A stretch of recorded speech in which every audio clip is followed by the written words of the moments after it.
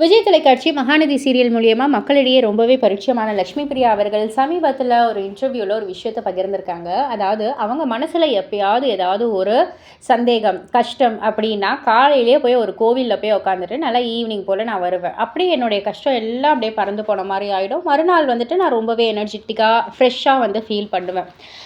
ஒரு வாட்டி வந்துட்டு எனக்கு 2 வாட்டி வந்து ஒரு ப்ராஜெக்ட்ஸ் வந்தது. 2 ப்ராஜெக்ட்ஸ் வந்தது ஒரே டைமில். சன் டிவிலேருந்தும் வந்தது, விஜய் டிவிலேருந்தும் வந்துச்சு.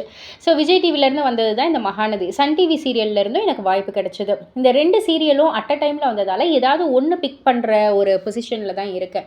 ஸோ நான் சாமிக்கிட்ட போயிட்டு எனக்கு எந்த ஒரு ப்ராஜெக்ட் ஃபஸ்ட்டு என்னை நோக்கி வருதோ, ஃபஸ்ட்டில் நான் வந்து எதில் கனெக்ட் ஆகிறேனோ அதை வந்து நான் உன்னுடைய சைனாக எடுத்துக்கிறேன், எனக்கு அதில் வந்துட்டு நல்ல வெற்றியை கொடு அப்படின்ற மாதிரி சொல்லி கமிட் ஆனது தான் ஃபஸ்ட்டு என்னை நோக்கி வந்த ஒரு ப்ராஜெக்ட் தான் இந்த மகாநதி.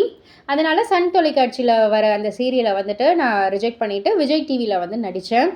பட் காட்ஸ் கிரேஸ் நல்லாவே எனக்கு ஒரு ரீச் கிடச்சிது, நல்லாவே எனக்கு ஒரு வரவேற்பு கிடச்சிது. இந்த அளவுக்கு நான் ரீச் ஆவனான்றது வந்துட்டு எனக்கு கேள்விக்குறியாக இருந்தது இந்த சீரியலில் வர்றதுக்கு முன்னாடி. பட் ஆனால் உங்களுக்கே தெரியும் மகாநதி காவேரி வந்துட்டு எந்த அளவுக்கு ஒரு ரீச் ஆகியிருக்காங்கன்னு சொல்லிட்டு. ஸோ ரொம்ப ரொம்ப சந்தோஷம் அப்படின்ற மாதிரி சொல்லியிருக்காங்க.